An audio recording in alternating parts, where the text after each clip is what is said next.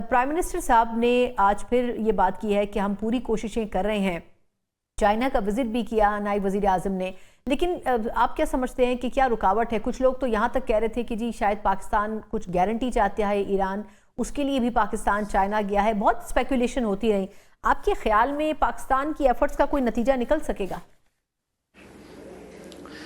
دیکھیں، صدر ٹرمپ کی تقریر آ چکی، لوگوں نے سن لی، جواب ایران کا بھی آ گیا، فرانسیسی صدر کو رگڑا، ان کا بھی آ گیا۔ میرے خیال میں اور میری انفارمیشن کے مطابق جو حتمی مسودہ ہے وہ ایران یعنی تہران اور واشنگٹن دونوں کے پاس موجود ہے، اور یہ ویکنڈ میری اطلاع کے مطابق بڑا امپورٹنٹ ہے اور فیصلہ ہونے والا ہے۔ مطلب یہ دیکھیں نا، ہم یہ نہیں کہہ سکتے کہ فیصلہ پازیٹیو سینس میں ہو جائے گا، نیگیٹو لڑائی بھی ہو سکتی ہے، بات ٹوٹ بھی سکتی ہے۔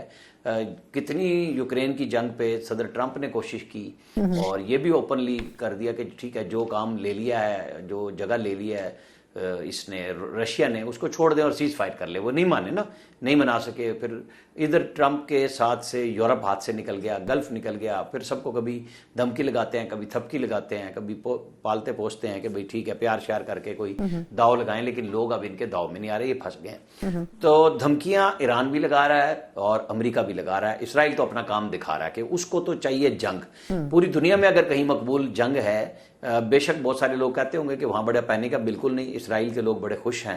ان کا تو 2003 سے جو نیا ڈیزائن شروع ہوا ہے وہ اس پہ دھیرے دھیرے چل رہے ہیں۔ وہ کہیں لبنان گھس رہے ہیں، وہ شام میں گھسیں گے اور بھی جائیں گے، تو وہ تو نہیں کر رہے۔ لیکن میری جو انفارمیشن ہے وہ یہ ہے، ہمیں ویٹ کرنا پڑے گا، اگلے 3-4 دن بڑے امپورٹنٹ ہیں جب دونوں طرف سے حتمی مسودے کے اوپر جواب آئے گا اور ہم اس پہ چائنا کو اعتماد میں لے چکے ہیں۔ بالکل۔ اچھا مسعود صاحب، سر ایک تو پہلے کوئکلی کہ چائنا کا رول اس میں کیا ہو سکتا ہے؟ کچھ لوگ کہہ رہے ہیں کہ بیک اینڈ کے اوپر چائنا جو ہے وہ سب سے امپورٹنٹ رول اس کے اوپر پلے کر رہا ہے۔ دوسرا، پاکستان آخری دم تک کوشش تو کر رہا ہے، لیکن آپ کو کتنا لگتا ہے کہ جس طرح امریکی گورنمنٹ اور اسپیشلی صدر ٹرمپ پریڈکٹیبل بالکل نہیں ہے، تو اگر ایشورنس بھی دینے کے لیے کوئی ملک سامنے آئے یا ممالک سامنے آئے تو اس بات کی کیا گارنٹی ہوگی کہ امریکہ کو لاسٹ مومنٹ پہ کنٹرول کیا جا سکے گا؟ جی ہاں، دیکھیں دس از ویری امپورٹنٹ، جو ابھی جو ڈیولپمنٹس ہو رہے ہیں اس پوائنٹ آف ویو سے اٹس ویری امپورٹنٹ۔ جو 4 کنٹریز تھے جو پاکستان جن کو لیڈ کر رہا تھا، ایک تو اپنی ایفرٹ ہے، ایٹ لیسٹ ان کا میرے خیال میں ایران کو چاہیے کہ ایسی گارنٹی جو چائنا ہوگا، چائنا اکیلے بھی نہیں دے گا، چائنا چاہے گا اس کے ساتھ رشیا بھی مل جائے، کیونکہ کل چائنا گارنٹی دیتا ہے اور اس کے بعد کچھ حالات و واقعات چینج ہوتے ہیں تو پھر بڑا مشکل ہوگا، ایمبیرسنگ سچویشن ہوگی۔ تو دیر فور چائنا کی کوشش ہوگی، اگر وہ گارنٹر بنتے بھی ہیں تو رشیا بھی اس میں انوالو ہو، so that is the possibility.